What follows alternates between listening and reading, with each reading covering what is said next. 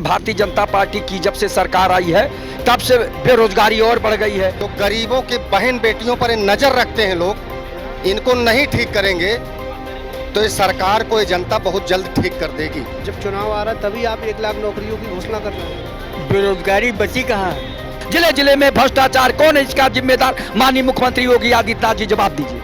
आप देख रहे हैं आगाज टाइम। 2027 के आगामी चुनाव बहुत नज़दीक हैं। आज हम जनता के बीच मौजूद हैं और हम बात करेंगे कि क्या युवा जो हमारे हैं उनकी क्या मांगे हैं और वो किस लिए अपनी सरकार चुनती है और उनके क्या मुद्दे रहते हैं, अहम क्या मुद्दे रहते हैं, क्या कहना चाहेंगे?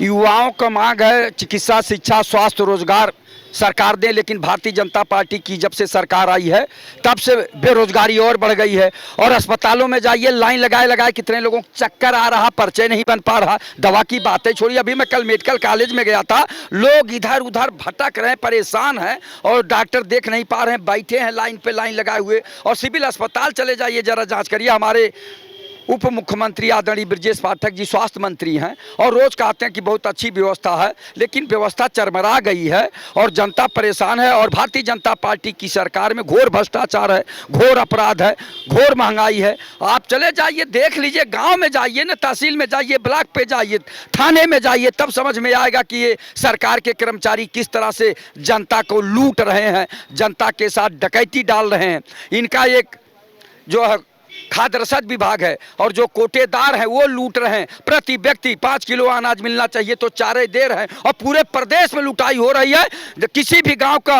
अगर 2000 आबादी है तो सोच लीजिए 2000 किलो जो है वो घोटाला कर ले रहा हो। उसमें जो खाद्य निरीक्षक, एसडीएम, प्रधान और कोटेदार सब मिले हुए हैं और उसके बाद जो है ये एक तरह से गिरोह बना के, गैंग बना के लूट रहे हैं। माननीय मुख्यमंत्री जी इनके ऊपर गैंगस्टर लगाइए, इनकी संपत्ति जब्त करिए, तब जाके सुधरेंगे। बाबा आपका तो ये लोग भद पिटवा दे रहे हैं। आप तो संत महंत मुख्यमंत्री और ईमानदार भी हैं अपने को, लेकिन आपकी ईमानदारी का क्या फायदा जब जनता को ईमानदारी का फायदा ही नहीं मिल पा रहा। आप ईमानदार हैं, एक मिनट, ईमानदार है वो, आपके कर्मचारी डकैती डाल रहे हैं तो कौन जिम्मेदार है? दफ्तर दफ्तर भ्रष्टाचार, कौन है इसका जिम्मेदार? जिले जिले में भ्रष्टाचार, कौन है इसका जिम्मेदार? माननीय मुख्यमंत्री योगी आदित्यनाथ जी जवाब दीजिए। क्या कहना चाहेंगे? सरकार बेरोजगारी और जिस तरीके से महंगाई बढ़ रही है उसको लेके क्या कहना चाहेंगे? सरकार किस तरीके से काम कर रही है? कहाँ महंगाई बढ़ रही है ये बताइए। सभी जो है सुखी, सभी सुखी हैं, सभी जो है काम कर रहे हैं। और कोटेदारी की बात कर रहे हैं, इलेक्ट्रॉनिक कांटे हैं, आराम से जाता है और जाकर के अपना जो है अनाज लेता है और चला जाता है, कोई दिक्कत नहीं। सरकार पूरी व्यवस्था दे रही है, व्यवस्था सब दे रही है। स्वास्थ्य को लेकर के 5 लाख रुपए का जो है स्वास्थ्य बीमा दे रही है। आराम से जाइए, कार्ड लगाइए। और स्वास्थ्य के लिए, शिक्षा के लिए 9 लाख भर्तियाँ किया है, 9 लाख रोजगार को जो है रोजगार देने का काम किया है। स्वरोजगार के लिए जो है लोगों को कंप्लीट किया है और इन्वेस्टर आ रहे हैं, फैक्ट्रियां लग रही हैं। फैक्ट्रियां जो है 15 से 20 फैक्ट्री हमारे जनपद सीतापुर में लगी हुई हैं, आप देखिएगा। और सबसे ज़्यादा रोजगार पा रहे हैं वहाँ के लेबर। पहले पलायन किया करते थे लेबर, अब गांव में ही काम करते हैं और गांव में जो है मजदूरी करके अपना जीवन यापन कर रहे हैं। कहीं पे कोई दिक्कत नहीं है। दिक्कत विपक्ष को है, क्योंकि विपक्ष का जो है पेट इतना फूल गया है, गैस निकल नहीं रही है। क्या धर्म और जाति के नाम पर चुनाव लड़े जाते हैं? देखिए, पूज्य महाराज जी को तो हम लोग बहुत अच्छा मुख्यमंत्री मानते हैं, लेकिन अभी इस बीच में जो ये लगातार घटनाएं हो रही हैं, इतनी बड़ी दर्दनाक घटना गाजीपुर में आपने भी सुना होगा।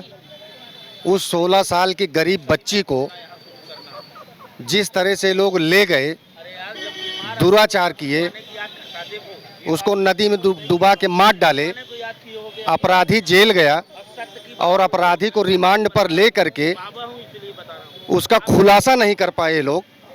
डॉक्टर बिक गया, दरोगा बिक गया।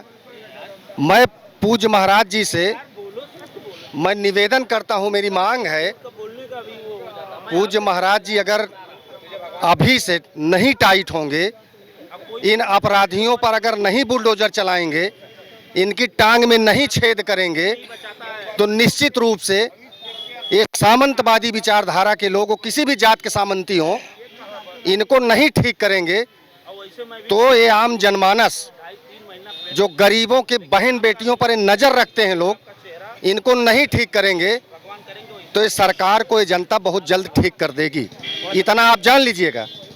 बहुत आक्रोश है पूरे प्रदेश में। राज्य सरकार के कामकाज से आप कितना संतुष्ट हैं? राज्य सरकार से हम लोग संतुष्ट थे, लेकिन जब बहन बेटी सुरक्षित नहीं है तो कहां तक हम लोग संतुष्ट रहेंगे। बहन बेटी को उठा ले जा रहे हैं, दिन में उठा ले जा रहे हैं, रात में उठा ले जा रहे हैं, इनकी इतनी बड़ी हिम्मत, उसको मार डाल रहे हैं। डॉक्टर नहीं कुछ बोल रहा है। जैसे कि कहा जाता है कि जीरो टॉलरेंस की सरकार है और हर कोई अब निर्भय मतलब कि बिना डर के घूम सकता है, महिलाएं बहुत सुरक्षित हैं। कहाँ सुरक्षित हैं? महिलाएं निकलती नहीं थी रात में और अब का कहना है कि महिलाएं बहुत सुरक्षित हैं और कहीं भी निकल सकती हैं। एक मिनट आपको हम बता दें, अगर डेलीकेशन माननीय अखिलेश यादव जी का गाजीपुर गया था तो 5 लोगों का डेलीकेशन गया था कि 180 लोग जो है वहाँ पथराव करने के लिए गए थे। नंबर 1, अगर आप इतने बड़े बैकोटों के हितैषी हैं तो बैकोट बनाम ब्राह्मण वहाँ आप कराने गए थे और यहाँ नेता विरोधी दल बाबा माता प्रसाद को आप बनाए बैठे। तो अखिलेश यादव की ही दोहरी राजनीति नहीं क्लियर हो पा रही है। इसी से आप व्याख्या कर लीजिए। रही रोजगार की बात, भारतीय जनता पार्टी ने सबका साथ, सबका विकास, सबका विश्वास, हर हर मोदी, घर घर मोदी, देश की जनता चुनाव लड़ रही। अब इनसे ये पूछ लो 14, 17, 19, 22, 24 सब गठबंधन ठगबंधन में चले गए। और दूसरी चीज, मुसलमानों को पत्थरबाज केवल समाजवादी कांग्रेस बनाने का काम किया, जो पढ़ने लिखने का नहीं मौका दिया। और आज भी इसीलिए मुसलमानों से समाजवादी कांग्रेस पार्टी के लोग दरी बिछवा रहे हैं। तो हम मुसलमान दरी नहीं बिछा। 2027 में जनता किन मुद्दों को लेकर वोट करेगी? देखिए, जनता यहाँ की बहुत अच्छी है, क्योंकि हमारे यहाँ जो है 26 जनवरी 1950 को जो है लोग तिरंगा उठाते हैं और 14 फरवरी आते आते गुलाब पकड़ लेते हैं।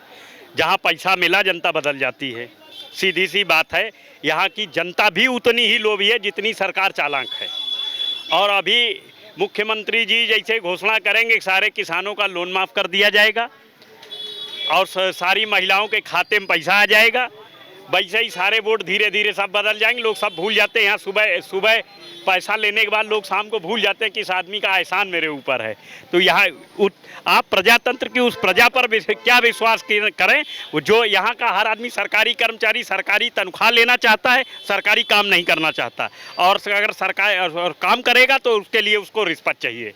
तो सीधी सीधी बात है, इस प्रजातंत्र की इस महान व्यवस्था को मैं कोटि कोटि प्रणाम करता हूं, जिसको चुन करके हम मुख्यमंत्री बनाते हैं। हम सड़क पर खड़े होते हैं, जब वह निकलता है तो हमें रोक लिया जाता है, जबकि ये कहते हैं कि प्रजातंत्र में प्रजा ही सर्वोपरि है। जब प्रजा सर्वोपरि है तो ये बताइए कि प्रजा और जो है और चुने हुए प्रतिनिधि में सीमा रेखा क्यों है? क्या आपको लगता है कि विपक्ष मजबूत चुनौती दे पाएगा? देखिए, विपक्ष के भी पास अगर लुहावने मुद्दे और खीसे में पैसा है, आराम से लुटाए, जाति समीकरण बैठाए, खूब अच्छे अच्छे दंगे फसाद सब कराएं, तभी सरकार बना पाएंगे। नहीं, और मारा कौन जाता? मारा आम आदमी जाता है। किसी नेता का, कोई नेता अपने बेटे को बॉर्डर पे नहीं भेजता, बॉर्डर पर किसान का बेटा जाता है। दंगा फसाद में भी नेता सीधे, जब लाठी चार्ज होती है तो नेता अपनी धोती दबाता है और चुपचाप पतली गली से निकल जाता है। बाकी बुलाई हुई जनता हमेशा पिटती थी, पिटती है और पिटती रहेगी। क्या कहना चाहेंगे कि पहली बार वोट देने वाले युवाओं की क्या सोच रहती है और वो किन मुद्दों को लेके वोट करना चाहते हैं?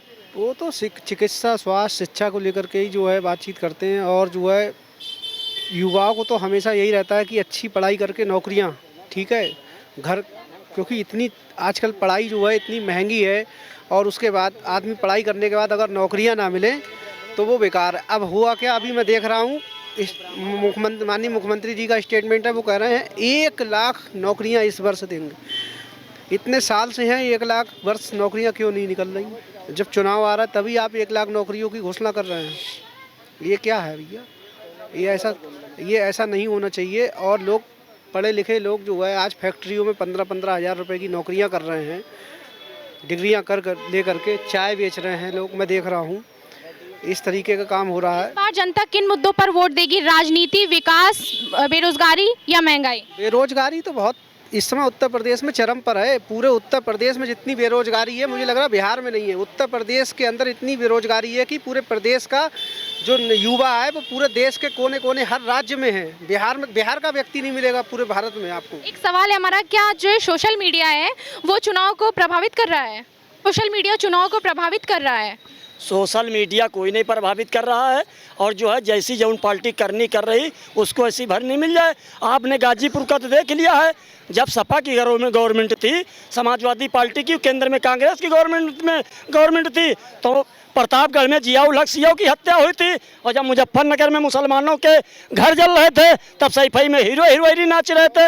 यही व्याख्या कर लीजिए। और दूसरी चीज़ हम आपको बता दें, ये जो समाजवादी पार्टी की सरकार में दंगों की गिनती लगाई है, और इसी लखनऊ शहर में सिया सुन्नी का दंगा नहीं हुआ जब से भारतीय जनता पार्टी की सरकार आई। तो इससे आप व्याख्या कर लीजिए कि विकास की तरफ कौन जा रहा है। आज अगर अखिलेश जी बहुत बड़े हितैषी हैं बैकवर्टों के, तो माता प्रसाद पांडे को क्यों नेता विरोधी दल बनाए बैठे? ब्राह्मण बनाम बैकवर्ट जो है कराना चाहते थे गाजीपुर में, उसमें नहीं सफल हुए। और यही समाज, चाहे बरेली ले लीजिए, चाहे संभल ले लीजिए, चाहे रामलाल सुमन और राणा सांगा पर चर्चा कराई, और जो है अब्बू आजमी से औरंगजेब की चर्चा कराई, तो ये काट खंडी बार बार समाजवादी की नहीं चढ़ने वाली है। और आने वाले समय में जो मुसलमानों से समाजवादी कांग्रेस पत्थरबाजी करवाती थी और दरी बिछवाती थी और शिक्षा कलम की तरफ नहीं जाती थी, मुसलमान भी अब समझ गया है। मुसलमान भी भारतीय जनता पार्टी का भय जो दिखाई जाती थी, और भारतीय जनता पार्टी में मुसलमान भी अब से जा रहा है। हमारे राहुल गांधी और अखिलेश यादव हमारी ही टोपी पहन दे और हमारे साथ ही फोटो खींचावे और हमारे ही गर्दन काटे और कहें भाजपा। जनता इस बार किस तरह का मुख्यमंत्री चाहती तो ये कह रहे हैं मुसलमान समाजवादी पार्टी के अलावा किसी को वोट नहीं करेगा, किसी को वोट नहीं करेगा। क्या कहना चाहेंगे, जनता इस बार किस तरह का मुख्यमंत्री चुनना चाहती है? माननीय अखिलेश यादव जी से मुख्यमंत्री बनना चाहती है। आपने भारतीय जनता पार्टी के कार्यकाल में सब देख ही लिए, 10 साल सरकार हो गए, कोई काम ही नहीं, युवा के पास में नौकरी नहीं। अब शराफत जिससे दरी बिछाएंगे, ये शराफत लेके चल रहे हैं कि समाजवादी पार्टी में हमारी। अब इनसे पूछिए कि रमजान शरीफ में कितनी नमाजें पढ़ी, कितने कुरान पढ़े इन्होंने, कितनी इबादत करी है ऊपर वाले की, पूछिए। ये हर समय यही कहा करते हैं और लेके चल देते हैं आजम खां को, अखिलेश यादव जी को। तो पहले तो ये समाजवादी पार्टी में थे, जब आजम खां अखिलेश यादव जी के आवाज़ से निकलते थे तो पीछे पीछे दौड़ते थे गाड़ी के। तो आजम खां साहब कहते थे अपने ड्राइवर से, ड्राइवर साहब गाड़ी रोकिए। तो इनके पास प्रमाण धर्म के नाम पे लड़ना ही क्यों है? सही। क्या कहना चाहेंगे? कहेगा बेरोजगारी, महंगाई, इन सब चीजों को देखते हुए क्या कहना चाहेंगे? 2027 में किसकी सरकार चाहते हैं आप, और युवाओं के क्या मुद्दे रहेंगे? बेरोजगारी बची कहाँ है? बेरोजगारी बची ही नहीं है। सब कह रहे हैं बेरोजगारी बची नहीं है, लोग कहते हैं कि बेरोजगारी बढ़ती जा रही है। लोग पागल हैं। स्वयं सेवक संघ में सब भर्ती हो जाओ, उसमें से सारे बेरोजगार लोग स्वयं सेवक संघ में सब कार्य कर रहे हैं, वहाँ भर्ती चल रही है। RSS में स्वयं सेवक संघ में चले जाओ, जितने नवयुवक हैं वहाँ चले जाएं बेचारे, वहाँ ऐसे सब कमी है। आप बताओ बेरोजगार है? कहाँ बेरोजगार है? वहाँ डिमांड है, वहाँ पर डिमांड है, रोज भर्ती चल रही है, RSS में भर्ती चल रही रोज। क्या कहना चाहेंगे 2027 में जिस तरीके से आगामी चुनाव आने वाले हैं? बेरोजगारी की बात आप कर रही हैं, तो हम अपनी पार्टी के तरफ से, भाजपा की तरफ से युवाओं से हाथ जोड़ करके विनती करते हैं कि हमारा प्रधानमंत्री खुद ही दूसरे के बनाए हुए बेच करके काम चला रहा है, आप लोग रोजगार मार्ग के शर्मिंदा न करें। आपसे विनती है। तब इससे ज़्यादा आप क्या कहें बताइए? जब हमारे पास कुछ करने के लिए है ही नहीं, कुछ कर ही नहीं पा रहे हैं, तो रोज़गार कहाँ देंगे? जब नई फैक्ट्री बनाएंगे, कारखाने बनाएंगे, नए बिजली संयंत्र बनाएंगे, नए कंपनियां खोलेंगे, तब तो रोज़गार मिलेगा। अब रोज़गार देखिए एक ही है, ये टुक रिक्शा खरीद लो, पकौड़ा का दुकान खोल लो, पान की दुकान खोल लो, लाई चना की दुकान खोल लो, अब इससे ज़्यादा और कुछ नहीं हो सकता जहाँ तक रोज़गार की बात है। क्या आपको लगता है कि विपक्ष इस बार मजबूत चुनौती दे पाएगा? अरे कहाँ चुनौती दे पाएगा? सारे, एक बात बताइए, सारा जितना शासन प्रशासन, जितने भ्रष्टाचारी थे सब लगे हैं भाजपा में, तो कहाँ से विपक्ष में क्या करेगा? सब चले आ रहे हैं बड़े बड़े नेता, अब विपक्ष लड़ेगा कहाँ से? अच्छा, क्या कहना चाहेंगे ग्रीन कॉरिडोर को लेकर? जिस तरीके से सपा प्रमुख अध्यक्ष का कहना है कि ग्रीन कॉरिडोर जो बना हुआ है वो काफ़ी एक्सीडेंटल तरीके से बना हुआ है, उसको लेके क्या कहना चाहेंगे? अब गए होंगे, देखे होंगे, दौरा करते रहते हैं, हम तो दौरा नहीं किया, हम झूठ काहे बोले? जो चीज़ नहीं देखे हम काहे झूठ बोल दें? को लेके क्या कहना चाहेंगे? अरे भाई, महिलाओं की सुरक्षा तो मोदी जी ने कसम खा ली है करेंगे या नहीं करेंगे? करेंगे, 100% करेंगे। और 60% महिलाओं को उसमें वो साझेदारी देंगे। 60% अपनी पत्नी को भी प्रधानमंत्री बनाएंगे, अपना उनके साथ चलेंगे। माननीय प्रधानमंत्री जी अपनी पत्नी को बनाएंगे प्रधानमंत्री, 60% में उनको रखेंगे। समझे? 60% का हक माननीय प्रधानमंत्री देने वाले हैं। 543 सीटें में 60 महिलाएं रहेंगी और 40 पुरुष रहेंगे, ये उनका कहना है। क्या कहना चाहेंगे, युवाओं के लिए कौन सी पार्टी बेहतर काम करती है, आपकी क्या राय है उसको लेके? युवाओं के लिए फिलहाल तो मैं सर्वदलीय सभी पार्टी की बात नहीं कर रहा हूँ। भारतीय जनता पार्टी इस समय जो कार्य कर रही है, पिछले बीती कई सरकारें नहीं हैं, उससे बेटर है। और मैं जान रहा हूँ 3 बार की मोदी सरकार ने, तीसरी बार हैट्रिक लगाया। यूपी सरकार भी योगी जी के नाम पे अगर चुनाव लड़ेगी तो हैट्रिक लगाएंगे। बंगाल चुनाव के बारे में क्या कहना चाहेंगे? आज द्वितीय चरण का जो वहाँ पे वोटिंग हो रही है उसको लेके क्या कहना चाहेंगे? देखो, वो कह रहे हैं वोट चोरी का लांछन और SIR का एक्शन, रोहिंग्यों का पलायन। क्या टीएमसी जाती है या रह जाती है? टीएमसी अब की जाएगी, क्योंकि रोहिंग्यों का पलायन, जो कोर वोटर था तो बांग्लादेश चला गया उनका कोर वोटर।